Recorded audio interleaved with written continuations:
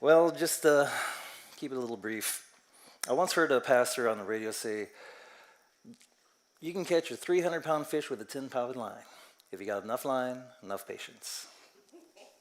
I'm evidence of that. Some of you know, I had mentioned earlier that when I turned 19, I went with a friend to a church. I heard the message. Standing amongst 300 people, that pastor was talking to me. I went forward with that altar call, and I accepted Jesus in my heart. And he set that hook. And knew I was going to run. For years and years, I tried running. And I think, he kept me from most of the dangers. But after years of swimming in sin, I woke up one morning and said, God help. The Holy Spirit started reeling me in, right into these doors. I heard that message, enjoyed the message. But one thing I started to notice was, as everyone was heading out, nobody was picking up the trash. So nobody asked me to, I started picking up the trash. From that, Pastor saw me doing things. He asked me to man the one camera when we had it mounted there on that little podium. Then we got the 3 remote cameras and started working in the back, doing those cameras remotely and doing the downloads and the streaming service. You may have seen me doing the soundboard. I tried sitting up here for worship a couple of times and realized that is not my calling. But one day I was in the back room with Pastor, and in comes Brother John. And he knows I'm a tour guide by my profession, and he asked me a question about Hawaiian history. So we're talking back and forth, and as we're about to head out, Pastor Ron stopped me. He's like, do you think you can come up with a message based on what you were talking about? Here I am. So we're dealing with some Hawaiian history, so with that I am wearing my le niho palau. For those of you who don't know what this symbol is, this is a Hawaiian symbol of knowledge. It's carved in the shape of a tongue, because you have to realize in ancient Hawaii there was no written language. All knowledge was passed through the tongue. And dealing with tourists, this symbol also reminds me many, many times of the book of James, to girdle my tongue. But starting with the Hawaiian history, and this is about how Christianity came to the islands. Of course, when I had to ask what was I going to entitle it, first thing that came to mind was John the Baptist. Prepare ye the way of the Lord, and make his path straight.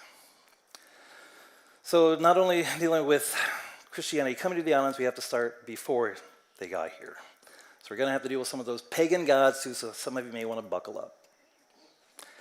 But it's believed that the first Polynesians came to these islands, and a lot of estimates here because it's oral history, anywhere from 15 to 1600 years ago. Those first migrations are believed to have come from an island group called the Marquesas. And that's an island group about 2,600 nautical miles south by southeast of here. And coming here without any knowledge of the Creator, of course, they paid homage to the creation. So, of course, it's in Romans 1:23.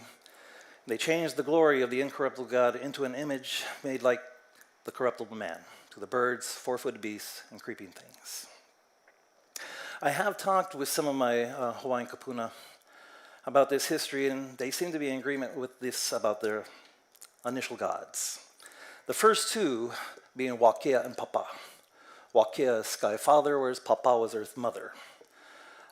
Which is also why many of them do believe that the mountain that we have here on the island called Mauna Kea is a bit of a bastardization of the original Hawaiian name of Mauna Wakea.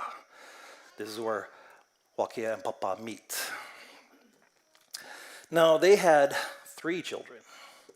You've got essentially Kane. He's the god of the rains, the streams, fresh water, what have you. His counterpart would have been Kanaloa. Now, this is the ocean, waves, the abundance of the bounty from the ocean. And then there was Lono, which is god of the forest, harvest, and later considered to be the god of peace. Now, when they got here, it's believed they lived here in relative harmony for a good 800 years or so, up to about 1,000. But then another group of double-hull canoes came from the south, and they brought with them the Tahitians. Now, their leader was named Pa'au. Now, some scholars do believe that Pa'ao and his followers may have been exiled from Tahiti because of their kind of radical beliefs. But it is known that this guy Pa'ao brought this new Hawaiian god, Ku. This is the Hawaiian god of war and politics. Out of all the Hawaiian deities, this is the only one that is not nature-based. But with Ku, he was able to subjugate those first islanders, making them the Maka'ainana, whereas the Tahitians then became the ruling class of Ali'i. And also with Ku, he was able to create the Kapu system, the system of laws, which govern all aspects of life. Of course, there's only certain fish you could harvest at certain times of year. Other laws that we would think being out there today, much like men and women could not eat together. Women could not eat pork or banana. So, you know, if you saw Stephanie there eating a ham sandwich, it wouldn't be up to a chief, it'd be your job. But if you love her, you risk dying too if somebody else saw it. Now, being that there were 6 gods here, oh, by the way, all the other gods, Pele, Puliahu, Kahikili, these are all demigods. But there's essentially 6 main gods in Hawaiian mythology. And the first 2, Wakea and Papa, were honored pretty much year-round, but the others ended up getting their seasons, about 3 months out of the year. Right now, we are still in the time of Lono. This is designated when a certain star cluster rotates through our night sky from dawn to dusk. And to the naked eye, it looks like a cluster of about 6 to 7 tightly knit stars. I've heard people refer to it as the 7 sisters. Astronomers today call that the Pleiades. The Japanese call it Subaru. That's why the symbol of a Subaru car is a bunch of stars. But the Hawaiian name for that star cluster is Makaliki. Now that as it goes through our night sky from November throughout January, this is the duration of the Hawaiian New Year, which is also why Happy New Year in Hawaiian is Ha'ole Makahikiho. But during the season of Makahiki, it was believed that this deity Lono, this is the time when he is honored, would return to these islands upon his own floating island. And the Hawaiians would then, of course, the Kahuna and the Ali'i, they would parade about the islands with the standard of Lono, which is a large tea bar draped with a white tapa cloth. There's an example of it here on the screen, done by one of Hawaii's greatest artists, Herb Kauai Kane. So, of course, as they were going from Avapua'a to Avapua'a, which is also when they would get their bounty from the harvest at this time, there they are looking upon the ocean and on the island of Kauai, and this was on January 18th, 1778, when they looked out upon the ocean and they saw actually 2 large ships, which they believed to be floating islands, and it had to be their god Lono, because upon those floating islands were now 3 tea bars draped in white cloth, the sails of the ship. So as they approached the islands, Captain Cook and his crew noticed, as they were on their journey, Cook's mission essentially was to look for a northwestern passage, but came across this island, quite by accident, and they were greeted by about 100 canoes. Now, Cook did not go ashore on Kauai. He sent some of his crew ashore, and he gave those men orders to restock provisions and to not have their way with the islanders. Now, of course, those guys came back to the ship loaded down with provisions and amazed how everything was just given to them. Nothing was traded for. And also informed Captain Cook they were unable to comply with the second order. Well, Cook believed that the islanders might be doomed at that time because he knew some of those men suffered from venereal disease. But he didn't stick around long, because once he had his provisions, he had his mission to accomplish, and they left. He headed north. But of course, thanks to Captain Cook, we know our geography today. He ran right into Alaska. And he was unable to find a northwestern passage. But eventually, you know, they started running low on their provisions, it started getting really cold.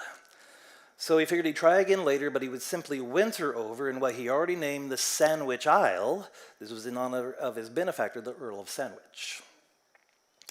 But on his return trip, he's now traveling a little further to the east of his original route. So this time they spot 2 islands, one off to the starboard side of the ship, another one dead ahead. Now, the one off to the starboard side, they recognized that mountain. They had already been to that island. So seeing a new island, Cook decided they were going to go for it. Because you have to realize that Captain Cook was not just this famous captain. He was initially known as a great cartographer. He was known for his map making. And seeing multiple islands, he wanted to get the islands on the map. So he came down the island chain, tracing out the shoreline of the islands. Now, he eventually got here to this island, and he did come into Hilo first. It's just that back in the 1700s, we didn't have that big lava rock wall out in our harbor like we do today. So the waters were too rough for him to lay anchor here. So he came around the southern tip of the island, came over to the Kona side, and he came into Kealakekua Bay.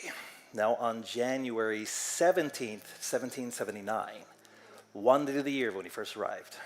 So this is the Maki'i season once again, and the islands believe that god Lono has returned, especially because he came into that bay. Translation of the word Kealakekua means the pathway of the gods. So when he came into that bay, he noted in his journal he was greeted by over 1,000 canoes. He had never had a welcoming party like this in any of his journeys. So this time he decided he would come ashore and experience the hospitality of these island people his crew were continuously boasting about. He also noted in his journal, as soon as he stepped ashore, he noticed many of the islanders on this island already showed signs of venereal disease. It seriously went that quickly in only 1 year's time, all the way down the island chain.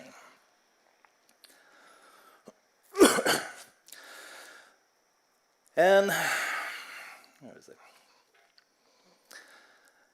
He also saw and wrote in his journals how when he did come ashore, he saw the sexual perversion that was happening here, as he put it about these heathen people.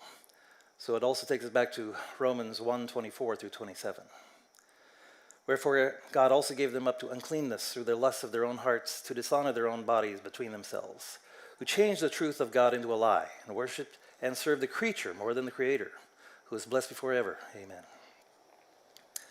For this God gave them up unto vile affections. Even their women did change their natural use into that which was against nature, and likewise also the men, leaving the natural use of a woman, burned in their lust one towards another, men with men, working that which is unseemly, and receiving in themselves that recompense of their error which was met.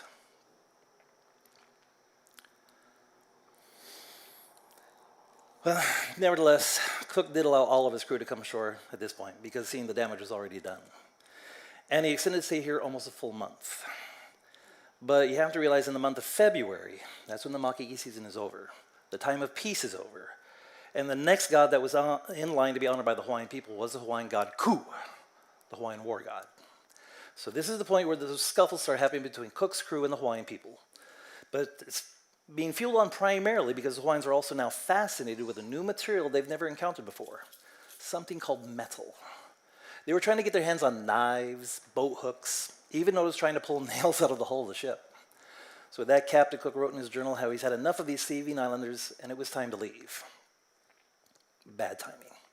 Because he left and he encountered a storm. The winds in that storm were strong enough to break the foremast on his ship, the Resolution. So he had to turn around and limp back into Kealakekua Bay. Now, looking at the mountains from down below, Cook also realized that area was well developed by the Hawaiian people because he could see no tall trees in the mountains.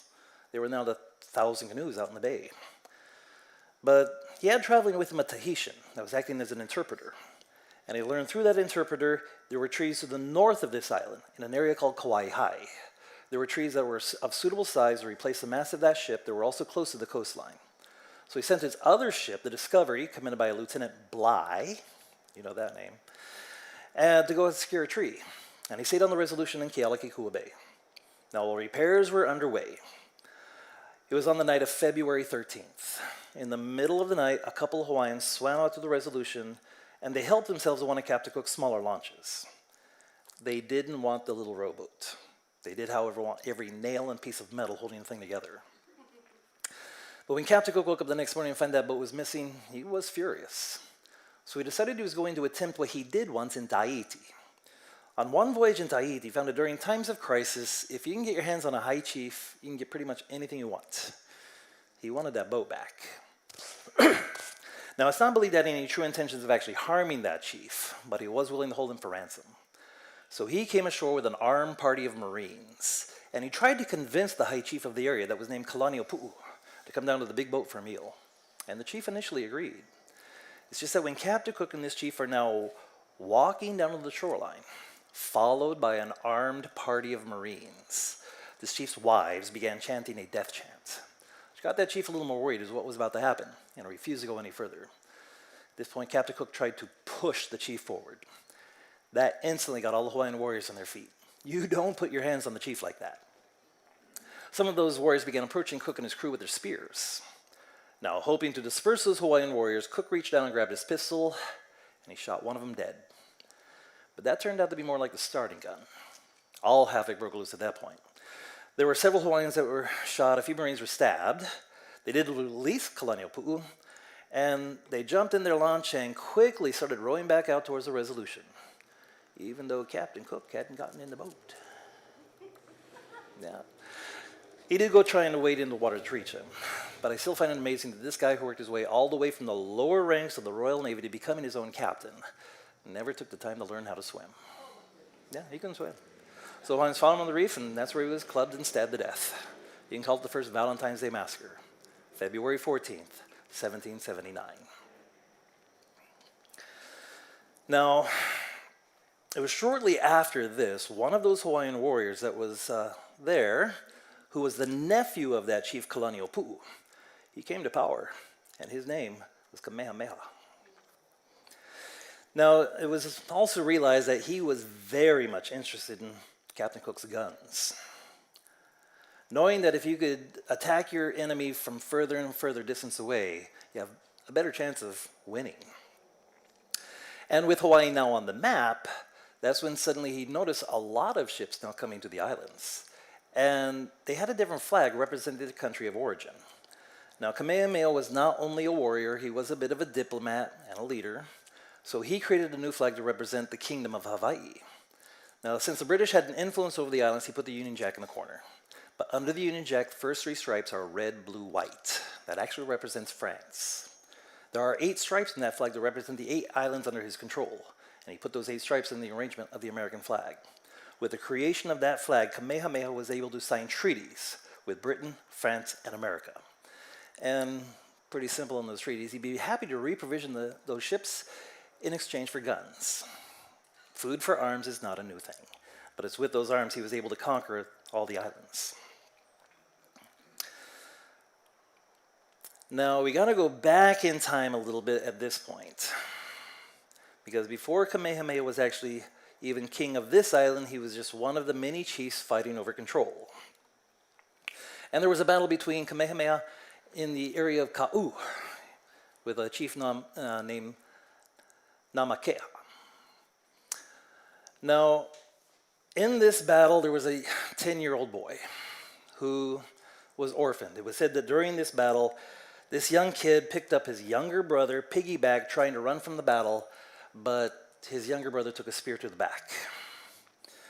And the warrior that actually was responsible for this killing of the family, yes, it broke his heart, but he denied that little boy. If you don't know what hanai means, he adopted a young boy. The young boy was Opukaia. And he stayed with this young warrior for a while, but eventually he did see one of his family members, an uncle. Where is it? Yeah, his uncle was Pahua. And his uncle was Kahuna Pule, or a praying priest. Now, of course, when he told his uncle about what happened to his family, uncle's heart was broken as well, and decided he would then take on Opukaia. And you gotta believe there was an exchange of words between uncle and this warrior, but Pahua outranked that warrior. So he took on the child. Now, he wanted to teach this young boy how to become kahuna, and he began to teach him long chants about how to recite to the idols. But essentially, this young boy was really weary of the wars, and he longed to get away. So while he was with his uncle there in Kealakekua, he saw a ship come into that bay. Now, this young boy, Opukaia, and his friend Hopu swam out to the ship. Now, there on the ship, they met with that captain of that ship, which was Captain Celeb Brittenall. And he treated the boys well, offered them food, and after having a meal with them, this captain offered to give those young boys passage to America if he would work as sailors on the ship. Now, of course, Opukaia was extremely excited about this chance, so he went to ask Uncle. Uncle was not pleased. He locked up the young boy in a room in the grass shack. Yeah, he got out. Of course, he made quite a commotion getting out, so he was heard escaping, and Uncle was chasing him down to the shoreline. Opukai'a was a good swimmer. He swam back out of that ship. Uncle there following in a canoe. Now, once on board that ship, of course, this young boy is seeking refuge behind the captain. Here comes Uncle on the ship, and Uncle does not want him to go. He wants to teach him how to be kahuna, but this captain realized this kid could be in danger. So essentially, he paid off Uncle. Gave him whatever it was. It wasn't really written down. I tried to find out. But he paid off Uncle, and him and Hopu went to America. Now, while on board the ship, these two Hawaiian boys became friends with a guy named Russell Hubbard. He was a member of Yale College, and he taught them the English alphabet. So by the time they arrived in New England, Opukai'a was going by the name Henry, and Hopu went by the name Thomas. Now in New Haven, the captain arranged housing for these young boys and encouraged them to get an education. But on a trip to Yale College, it was noted that this young Henry sat on the steps of the library and began crying. Now that of course got the attention of another student there at Yale. And when we came to try and console the young boy, his name was Ed Dwight. He said, "What's going on?" And it was noted Opukai'a, or Henry now, was saying that there's so much knowledge in this building, but so little knowledge in my head. So Ed took it upon himself to teach Opukai'a how to read and write. He also made new accommodations for him to live with Ed's relatives, which is also where he had his first encounter with daily devotions and prayers. Now in this new company of friends and their family and their pastors, Henry became initially more and more hostile towards religion because it was these wars that killed off his family about gods. And he preferred to spend more of his time having fun with what he called unserious company. But it was in spring of 1811. Opukai'a took a break from his studies, something to do with account of his health, and he went to work on a farm. And while he was alone cutting wood, it was when he had his prodigal moment. He started thinking about his life, which is something he did not want to do. He'd been avoiding that for so many years. But suddenly he had some words about God's wrath come into his mind, and he realized what he was doing left him in serious trouble. And it said that he fell on his knees and looked up to God for help. Now, he hadn't told anybody about his feelings for a long time, but at least he began to feel that conviction, as so many of us do. It took a long time for Henry to understand Christ's love for sinners and the trust it was for him too. And it was in 1815 he finally wrote to a friend, which was Hopu, that there is no way I can see for sinners to go but to Christ. So he started going to a church that was pastored by one of those family friends pastors. His name was Samuel Mills. I couldn't find if he took out the trash. But what I did find was, as when he was admitted as a member of that church, the sermon that was chosen was Isaiah 42:16. I will bring the blind by a way they did not know. I will lead them in paths they have not known. I will make darkness light before them, and crooked places straight. These things I will do unto them, and not forsake them. Which this, of course, highlighted the work of God's providence in Henry Opukai'a's life, and even my own. Now, it was in 1816. The American Board of Foreign Missions formed a mission school, and Henry became one of its very first students. He was constantly advocating for a mission to Hawaii in order to bring the gospel to his people. In preparation, he developed the first version of the written language in Hawaiian, a dictionary, grammar, spelling book, and he also translated the very first book of Genesis into the Hawaiian language. It was also a quote that I came across for him that said, "I hope God will send the gospel to the heathen land. where the words of the Savior have never been. Poor people worship wood, stone, and shark. Almost everything is their gods. The Bible is not there, and heaven, hell, they do not know it. He also wrote in his diary that, may the Lord Jesus dwell in my heart and permit me to go to spend the remaining part of my life with them. But not my will, O Lord, but thine will be done.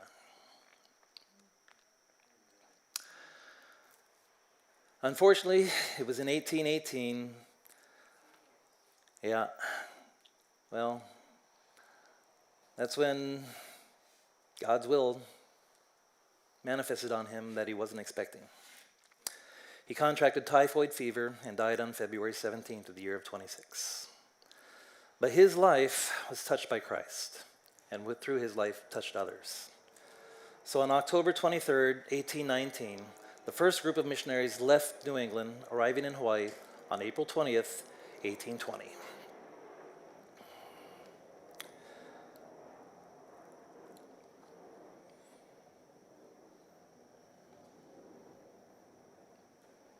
Now, it was learned that Kamehameha had died in the year 1819. Now, his son, Liholiho, essentially became king at the approximate age of 16.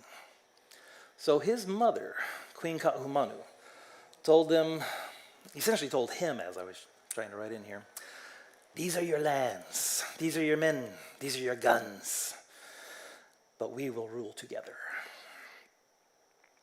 But that's not what she meant. What she was essentially telling him was, I'm going to rule.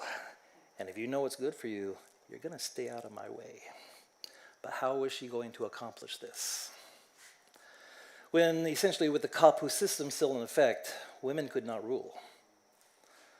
So it was a feast that took place in the area of Kamakahonu.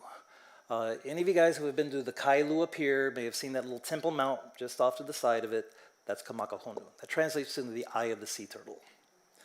It was at a feast there that Queen Ka'ahumanu said she simply picked up a morsel of food and handed it to her son.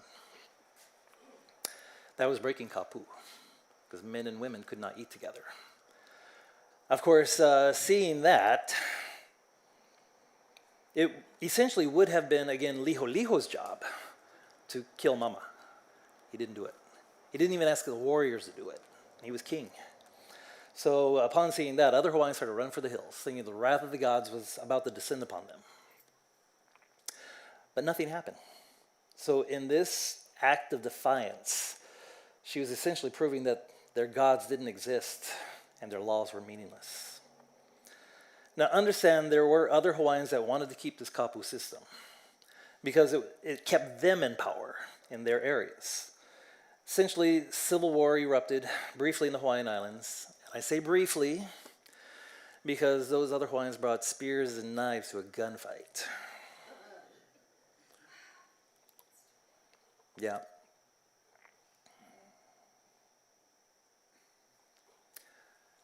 Oh. You told me how your mind might wander. I realize I repeated myself on this. Yeah, but essentially on that note, if you are on the Kona side and you're down towards the south side of the Outrigger Hotel, there's a beautiful hiking area that'll take you through these many, many mounds of rocks. Those are the graves of those who tried to keep the kapu system. They were buried on the spot, and they've been there ever since. But of course, it was said that doing away with the laws and the gods, that Ka'ahumanu was throwing the baby out with the bathwater. Something had to replace that. 1 year later, the missionaries arrived. Again, it was on October 23rd, 1819, the first group of missionaries came here. It was Hiram Bingham, Asa Thurston, Daniel Chamberlain, Thomas Hopu, remember that name? Yeah, he came back to the islands along with a couple of Hawaiians that went to America, became educated in Christian, John Honoli and William Kanui, with their respective wives. Of course, upon their arrival here in the islands, the first thing they asked, what's the news? And they were told that Kamehameha is dead, There are no gods, no kapu. And upon hearing this, those missionaries dropped to their knees on the deck of the Thaddeus and thanked God for overthrowing the kapu system for them.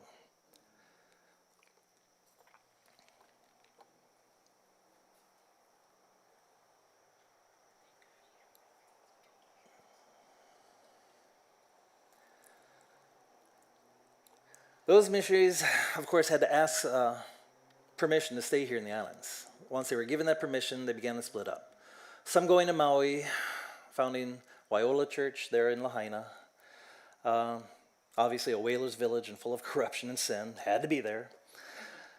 Then there was Kauai Hau Church on Oahu. That was built by Reverend Hiram Bingham. Of course, he went all out and is often compared to the Westminster Abbey of the Pacific. And since the reign of Kamehameha III had moved essentially the capital from Kona to Lahaina, and as Honolulu became the hub of commerce, went there. And from the reign of Kamehameha III on, the monarchy went to Kauai Hau. Of course, that made it a very prestigious church. And as I kind of wrote in some of my notes here, I do know some of the guys who go to that church. And I love them, I really do. But heaven forbid they walk out of that church and it starts raining because those buggers going to drown. Because it's a prestigious church. But essentially, since it was Asa Thurston who decided to stay in Kailua, he's credited with building the oldest church in the Hawaiian Islands. It's Moku Aikawa.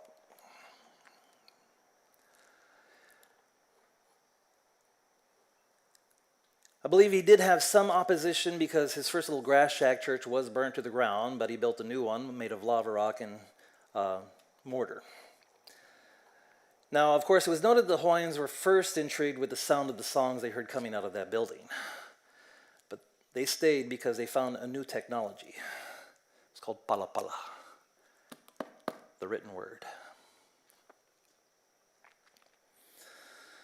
And I find it completely amazing that those few missionaries who came here with only one book, within a span of about 10 years, the islands went from an absolute 0% literacy to a nearly 100% literacy. Because I do believe it's not only just the Spirit of God there in that written word. There was a hunger for it. But now, of course, to finish off Romans, because I've seen it in many more years in the Hawaiian community, but also in the world. But, back in the day, we used to be able to do this, and the missionaries came and ruined all that. Families unable to compromise, given to the acceptance of sin. It's the lust of the eyes, lust of the flesh, pride of life. We all have those issues. But there is one lifestyle that embodies all of it. And not only embodies it, but celebrates it.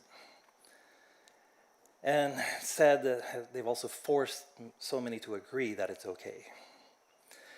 And just as they did not see fit to acknowledge God any longer, gave them over to a depraved mind, to those who do things which are not proper, being filled with all wickedness, greed, evil, full of envy, murder, strife, deceit, malice, are gossips, slanderers, hater of God, insolent, arrogant, boastful, inventors of evil, disobedient to parents, without understanding, untrustworthy, unloving, unmerciful. And here's the really hard part. Although they know the ordinances of God, that those who practice such things are worthy of death, and they do the same, but also give hearty approval to those who practice it.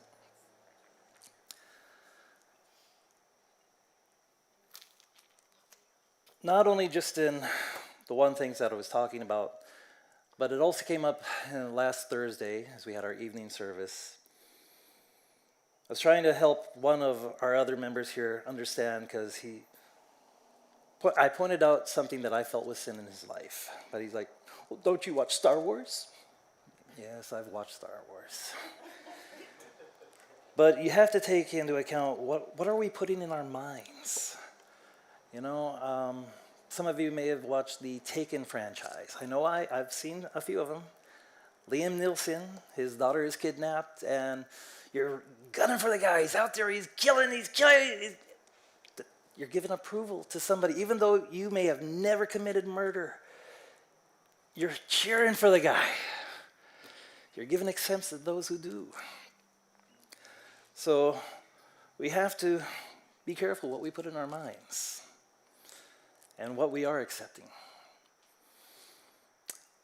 Now, guys, of course, as this has just been my first teaching, I thought it would have gone a little longer.